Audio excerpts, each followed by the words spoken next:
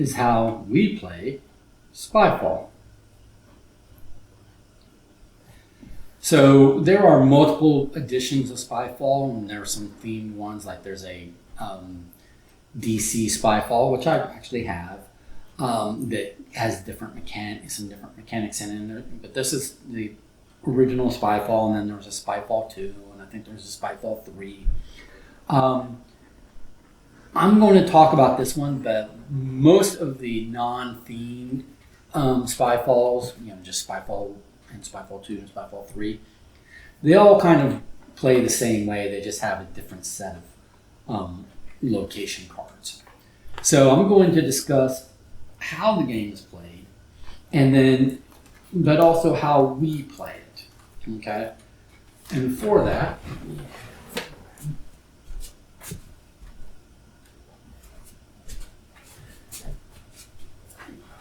we're going to play this game, and someone, usually ends up being me, will have a timer. And you'll see it set 8 minutes, because I think the last time I used the timer was for a Spyfall game. So what's the purpose of Spyfall, and what are all these various card packs about? Okay. So the whole point to Spyfall, if you're not already familiar with the game, is it is in the social deduction genre. And it is a 1v many game, meaning that in each round of the game, or in each time you play the game, I call them rounds because we will generally do multiple different packs and call those rounds, but really each time you do a pack, that is a full game of Spyfall. So in a game of Spyfall, you're going to have, up to the number of players. We won't play this at like a 3 or 4 player count usually. We'll play this at like a 5, 6, 7, or even 8 player count. Okay. Some editions of Spyfall don't support up to 8 players. DC I think only goes to 6 players, but this edition plays 8. So everybody at the table we're going to pick one of these packs. I'm going to talk about how these packs are set up and everything here in a second. But just as far as the premise of the game goes, you're going to pick a pack at random. And all the cards in the pack, let me open the pack and actually show you. All the cards in any given pack will be exactly one of these locations. It will be a bunch of cards of that same location. So I'm going to set this aside for a moment. I'm going to talk about this here in a second. But you'll notice that in this pack, it's all the hotel over here. It's all the same picture of the hotel. So all the good players at the table are getting a hotel card. So they're going to get it. Everybody's going to get a card secretly, and they all say, Spyfall on the back. They all look the same on the back. One player will have the spy. This is the one versus many aspect, the social deduction aspect of the game. One player in the game will get this spy card. It just always looks like this. It just says spy. It gives no indication as to the location, and that's the whole point of the game. So one person is secretly getting this card. They're not showing it to anybody, but that's what they got. And everybody else is getting one of these that in this case says hotel. So let's say I got the one that says hotel up here and housekeeper down here. And someone else at the table got the hotel manager, and someone else over here got the hotel security guard and whatever. And again, we're keeping these cards secret to ourselves. We must. That is the rule of the game. So the point of the game is that the spy wins if they can determine which of all of these locations we're at. The spy's trying to determine where we're at. So in this case, the spy wants to determine that we're at the hotel. They don't start out knowing that we're at the hotel. They just start out knowing they're the spy. They don't see these cards. They don't know we're at the hotel.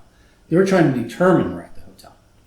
Meanwhile, we know we're at the hotel, but we don't know who the spy is. Okay? So we want to determine who the spy is. So the game actually has 2 ways for the spy to win. and 2 ways for, the good players, the non-spies, to win. So the spy wins if they can correctly determine that we're at the hotel.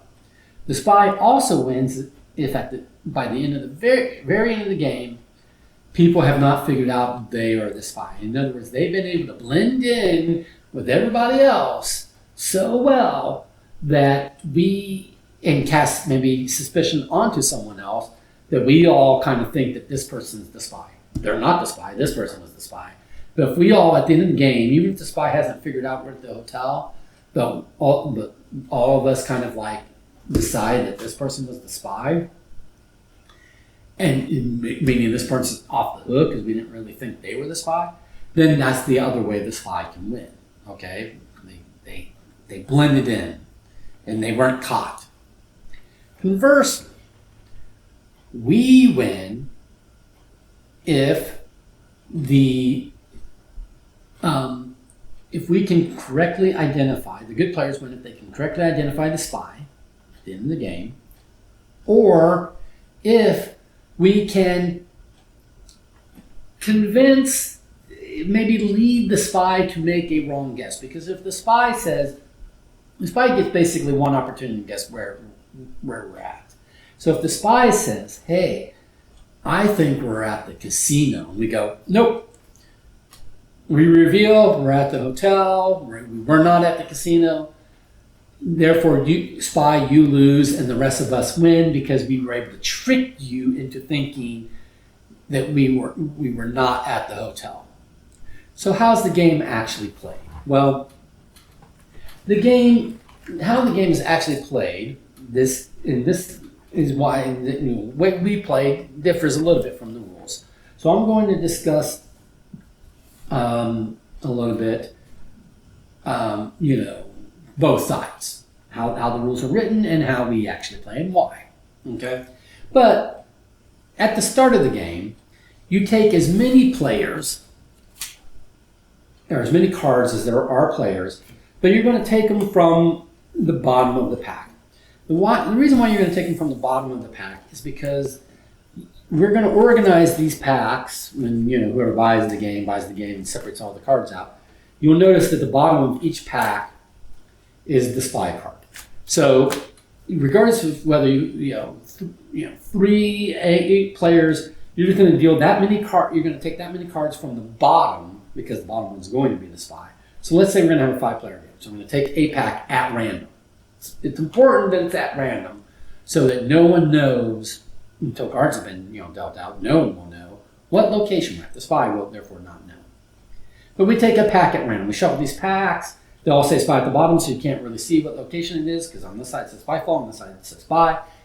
So therefore you don't see what the locations actually are, right? So all the packs are organized in that way for that reason, and that's important. Pack per bag, okay? That is important. Then, let's say we have a 5-player game. 1, 2, 3, 4, 5 cards for 5 players. The rest go in the bag, and we're going to set this without looking at the bottom because this would reveal the location now because this is no longer the spy card. We're going to set this aside. We might do multiple rounds, meaning multiple different packs, and each time we're just going to grab a different random pack. So next time, this time it turns out to be the hotel, but next time it'll turn out to be some other location because we won't put the hotel pack back in the box until we're completely done playing Spyfall for the game session, right? But we'll just put this aside, and when we're done playing, we'll just take all those cards, put them back in here, making sure the spy is again on the bottom of the pack. But we'll leave that pack aside. But we're going to leave this over here face down. No one has seen this. No one knows that it's the hotel. Then we're going to take these 5 cards, one of which is the spy, the other 4 are going to be the location, the hotel in this case, right? But we're not looking. And now we're going to shuffle these under the table and whatever, give them a good mix. And then people you spread them you fan them like this. Everybody picks a card. You want to fan them because even if you're the person shuffling, you might have some idea. Maybe you think, you don't want to bias. So everyone just picks a card, and then the person who shuffled will just keep the last card. So everybody else just takes a card, and they go, okay, And then you go, okay, I shuffle, and I go get this last card. Now everybody secretly looks at their card. When you look at your card, pay attention to the name of the location. I mean, also you can look at the art because that helps, right? But the name of the location is what's most important. But also your role. This is called your role at that location. The reason why the role, so I'm going to reveal these, but you would not reveal these in a game, but I'm going to reveal these for the purposes of teach, is everybody, although we all the good players have hotel, we're all different roles. So during the game, we're going to be asking and answering questions. We're going to be asking each other questions and giving answers. We're supposed to be, and it's important to do this for the sake of the spy, giving those answers as if we are fulfilling this role at that location. So I'm giving the answers of a security guard. This player is giving the answers of a housekeeper. This player is giving the answers of a hotel manager. And this player is going to answer as if they are the receptionist. This helps the spy blend in. This gives the spy the chance to, first of all, maybe determine we're at a hotel by determining that, hey, this person's answering like, as if they are a receptionist somewhere. What locations have a receptionist? Or this person's giving answers that makes me think they might be a housekeeper. What locations could have a housekeeper, right? But also, if they don't get to guess the location, they might be able to throw suspicion elsewhere because perhaps I am going to ask this individual a question. And these are always questions, these are any questions you want. That's how the game is played. Is you just go around, and let's say I'm the starting player, and you just pick the starting player randomly. And I know that we're at the hotel, I know I'm the security guard, I know that everyone else is going to pretend to be at the hotel, except for the spy doesn't know that we're at the hotel, right? But, I'm going to presume when I'm asking a question to someone that they are going to know we're at the hotel. So I'm going to ask a question, and that can be any open-ended question. It doesn't have to be a yes, no, or a number, or anything like that. That can be any question. I will sometimes ask, give me a color, right? Which isn't, technically a question, but what would a color be? Would be the way to phrase it as a question, right? But the thing is like I'm looking at this art and I'm seeing maybe a lot of yellow. So if they say yellow, I'm like, oh no, that's cool, that tracks. Or if they say red, hotels generally have a lot of red, in their carpet or in furniture and stuff. And bellhops wear red and whatever. But if they say black, I'm like, or green. Let's say they answer green. I go, I'm looking, I'm going, green? That's suspicious. That's the whole point of asking the questions, is you're asking a question because you want to gauge whether the other person, you want to do two things with your question. You want to, first of all, demonstrate with your question that you know where we're at. I'm asking, and my color question is not a great one for demonstrating that I know where we're at. But if I were to ask instead a question like, how many shifts are there at this, work shifts are there at this location? Well, that question reveals that I know that this is a business with work shifts, as opposed to the beach that doesn't really have work shifts, right? Or there are, there are places, or some minor may or may not have work shifts, right? I think they do, but they're less known for, being in business with shifts, or a university is less known for being in business with shifts, right? So by asking about how many shifts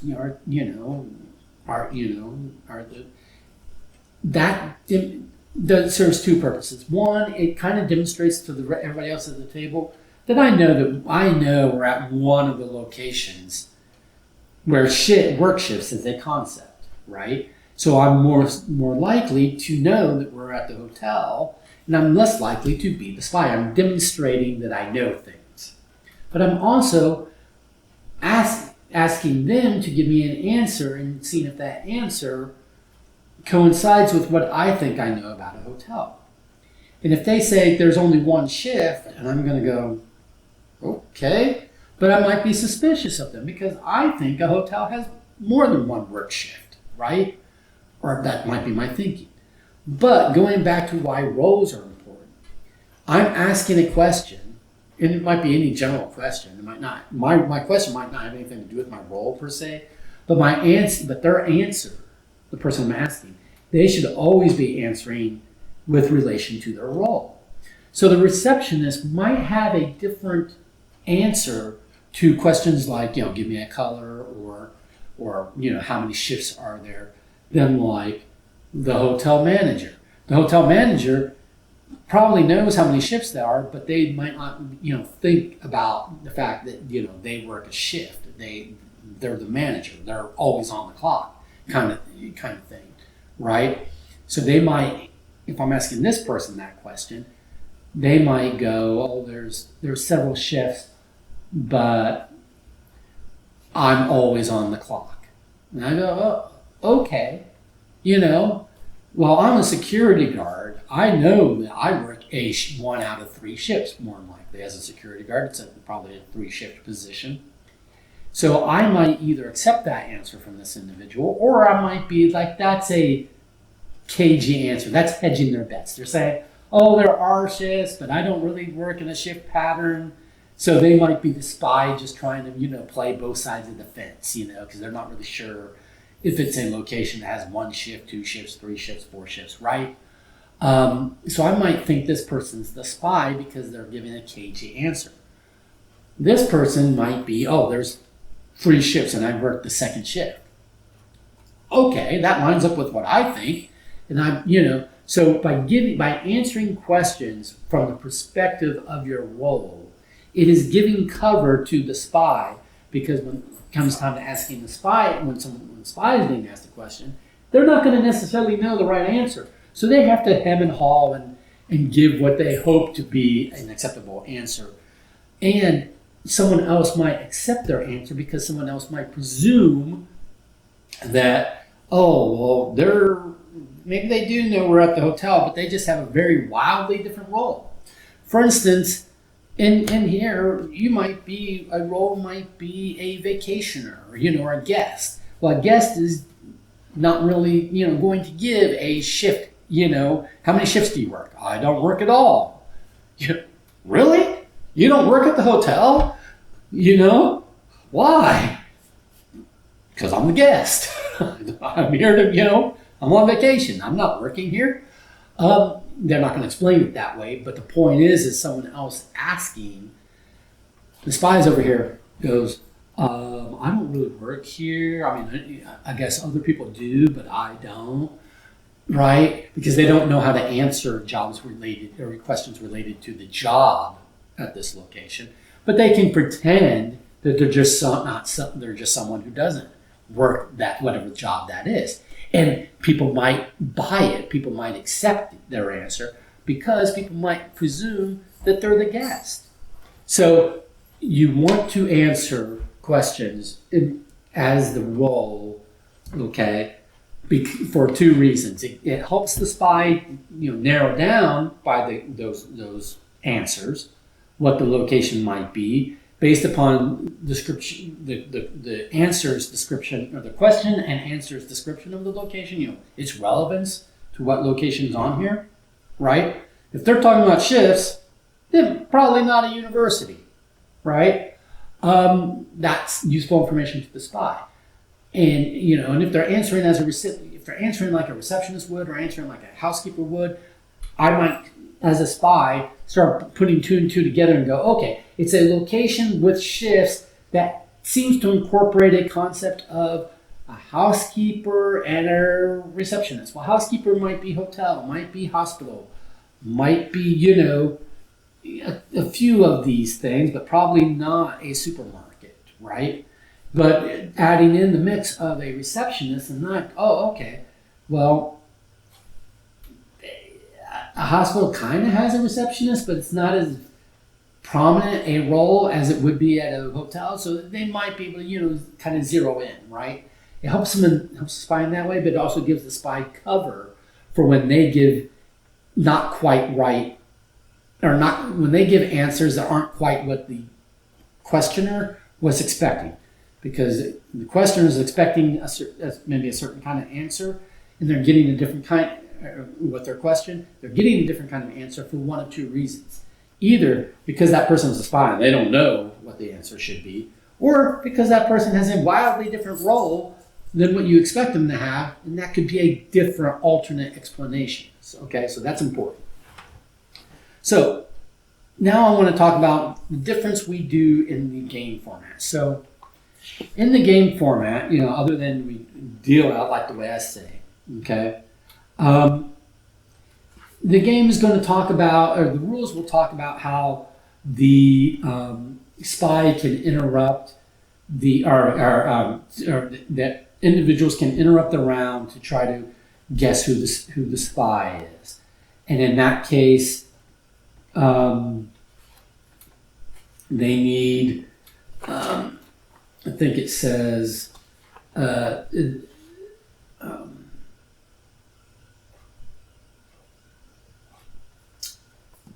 it's been so long since I've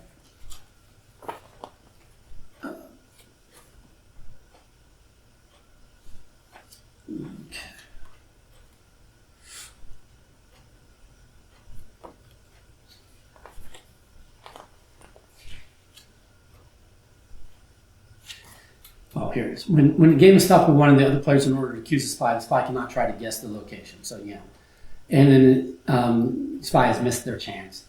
So, the rules of the game let you, there are 8-minute rounds. They're 8-minute rounds. So you start an 8-minute timer. As soon as someone asks the first question, you start the 8-minute timer, okay?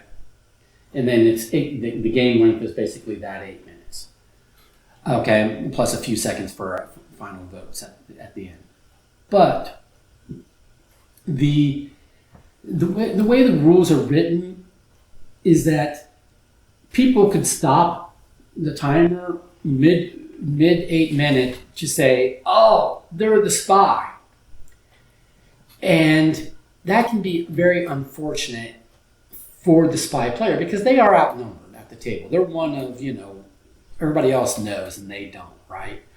And unlike other social deduction games, the other social deduction games are an informed minority versus an uninformed majority. This is a rare social deduction game in which you have an informed majority and an uninformed minority. So the spy is at a huge disadvantage in this game. So in order for the game to be fun and more fair for the spy, here's how we play it, is that we don't allow ourselves to interrupt the 8-minute timer to call out the spy.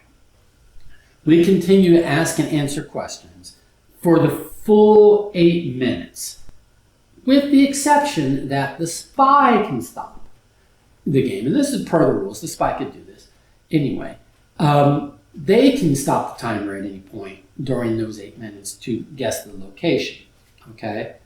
So if we have been too obvious in our questions and too obvious in our answers, if we've said too much that gives away too much, because I'm trying to prove myself to my neighbors and they're trying to prove themselves back to me that, well, yeah, we're on the same team. We all know we're at the hotel, right? We make it too obvious, then certainly the spy player can stop the timer and say, hey, you all made it too obvious, we're at the hotel, and they can win. That is a way we play. I mean, that is a thing you can do.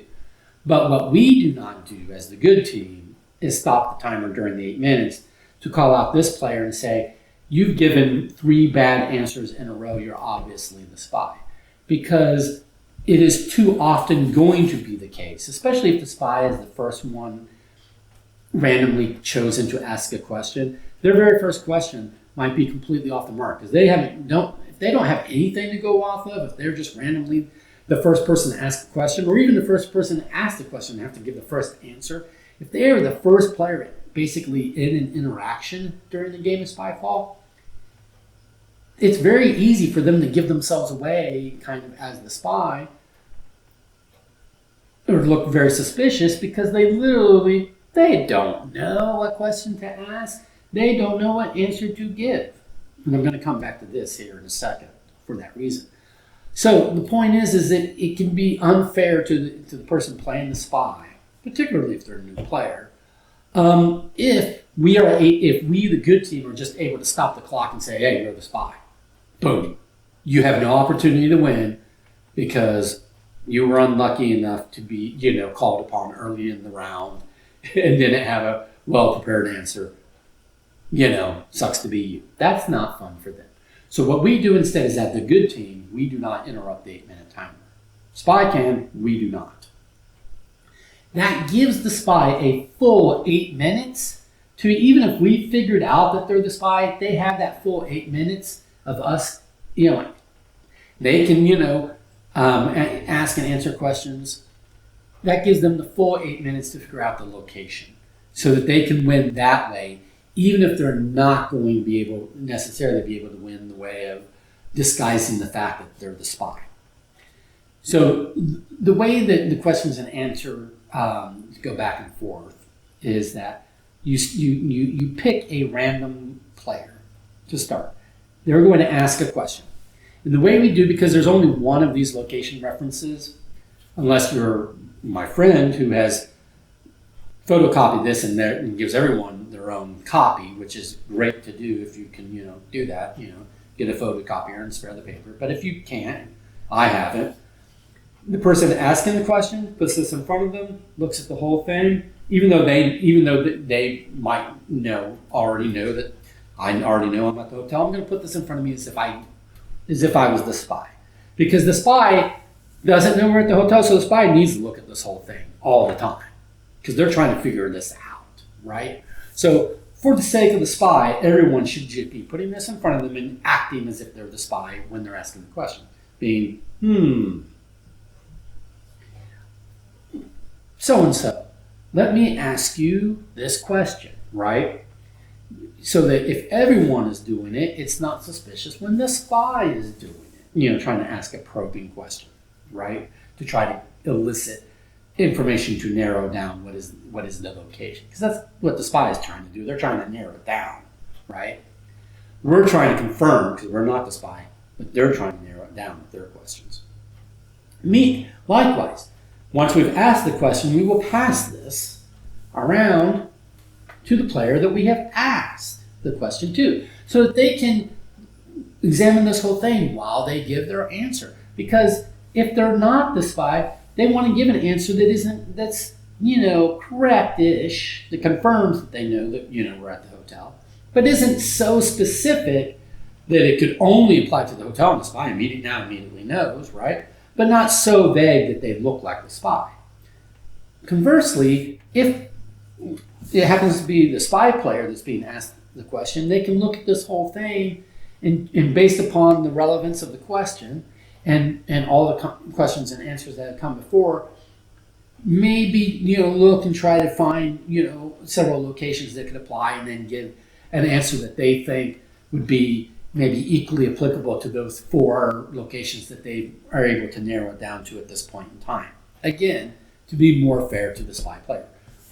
So have this in front of you when asking the question, put this in front of the other player when they answer the question, and then it's always the rule in the book and the way we play it that whoever was asked the question and provided the answer, it now becomes their turn to ask anyone else a question, including they can ask a question of the person that just asked them a question. You could go back and forth between the same 2 players, but that's not as fun or as helpful as going around and trying to get questions and answers from everybody, right? But the point is if I have asked this player a question and they answer it, it is now their turn, and they've already got this in front of them because this went in front of them to give their answer. They just keep it in front of them for the moment to ask their question to maybe this player, and then it goes in front of them. They answer, now they ask a question of this player.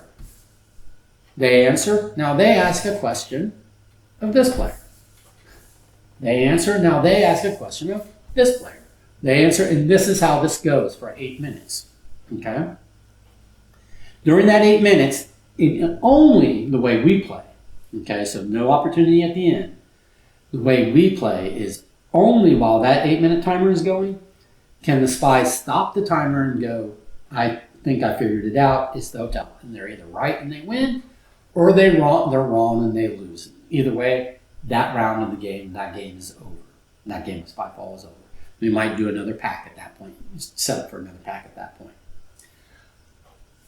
Once the 8-minute timer has run out, the spy no longer has the option of guessing the way we play. The spy no longer has the option of guessing the location. That they have forgone that possible win condition. Because now we're going to openly discuss things knowing what that location is. We're going to say, okay, yeah, we were all at the hotel. Who was the player that we think didn't really realize we were at the hotel, with their questions and answers. And at that point in time, once the 8-minute timer has run out, we, the good players, win by in the way we play. Again, that's what this series is about, the way we play. Majority vote on correctly guessing the spy player. The rules, as written, will tell you that at the end of the round, it has to be essentially a unanimous vote. There's no good reason with a large group of people, you're never going to get a unanimous vote. So for us, a simple plurality, vote, number of players divided by 2 round up, right? Or plus 1 round up, right? So and what we do is we start with it's a single nomination per. So let's say this was the player that was asked the last question of the game, and then the timer ran out before they could ask a question to someone else. So they gave the last answer. So now we will discuss briefly, 30 seconds or so, our thoughts. Spy, is in there discussing with so we don't know who the spy is. Everybody's discussing their thoughts and whatever. And then the discussion's kind of done. 30 seconds, then the discussion is done. Then this person will nominate one of the other players and say, they're never going to nominate themselves. They'll nominate one of the other players and say, I think they're the spy. They might give one single sentence statement why, based upon that, blah, and that bogus answer to that question. We go, okay, that's your nomination. Then we all put thumbs in the middle, and then 3, 2, 1, thumb up if you think they're a spy, thumb down if you think they're not a spy. In theory, you could abstain, but we don't recommend it. But because abstain is basically the same as a thumb down, because you're only going to count the thumbs up. And if there are, in a 5-player game, you're looking for 3 thumbs up. Well, first of all, you're not going to count this player. They don't really get a vote. So actually, it's 4 players, and in that case, you want 3 of those 4 players to agree. Okay, so the person you're voting, you've nominated, they're going to vote down. They don't really get a vote in that. But everybody else, thumbs in, thumbs up, thumbs down, on 3, 2, 1. So you get 3 votes, and if they had nominated this person, and you get the 3 out of the 4, the half, the plurality vote, then again, rules say unanimous vote. We don't do that. We say we do a plurality vote, a majority vote. So they flip it, and if they're the spy, we all win. Spy loses. If they're anyone other than the spy, they flip it. We go, we voted the wrong person. Spy wins because we vote with someone else, and everyone else loses. So okay. But let's say the first person to nominate, their nomination doesn't go through. They only get 1 vote, 1 thumbs up or 2 thumbs up, and that's not enough. Then it just goes to this person, and they nominate someone, give 1 simple sentence why, and we just go. And if it goes all the way around the table, so starting here, boom, boom, boom, boom, boom, boom, and no one's going 3 votes up on anybody, then again the spy will win because we could not come to any sort of plurality or majority consensus onto a nomination. This does not mean, however, that we do not let the same person be nominated more than once. There are games like Blood on the Clock Tower or other games where once a person's been nominated and they weren't voted for, you can't nominate them again. Or you can only vote once, you cannot vote again. That is not, in the spirit of this game. That's not how we play this game. So, if this person nominates this person, we don't get enough votes. I might nominate this person instead, we don't get enough votes. It comes back to this person, they go, you know what, I really do think it is this person over here. So they might re-nominate this person, and everybody re-votes again. Maybe this time it is 3 thumbs up. Okay? Because maybe the fact that these individuals then go in with me to vote on him, so now I will swing my vote this time for this individual, which I wasn't doing last time because I really thought it was them. But now, I didn't convince the table it was them, so I'm happy to throw my vote this way. But the point is that every person, until a vote gets a plurality, excluding the person being voted on, but until we just go around one at a time, nominate, plurality vote or not, nominate, plurality vote or not, until someone gets a plurality, flip their card, and then we determine a winner or loser at that point in time. Then we will generally you're only going to, spend time on doing Spyfall if you're going to do like 2, 3, or 4 of these packs, calling each of these rounds in a row. And you're just doing it mainly for fun. You're not really recording points. It's bragging rights. This is meant to be a light social deduction, a filler type game. But regardless, at the end of a round, at the end of a game, like I said, we're going to put these cards back in the pack that they came from. The location cards will go on top of the cards that were left over. The spy card will go on the bottom. That pack will be set aside, sealed and set aside until we're all done playing for the session, and then all of those packs will get mixed back into the box here so that we don't remember, which is, so that I can no longer, know which pack is the hotel the next time we get this box out to play it. And that is how we play Spyfall and why. Thank you.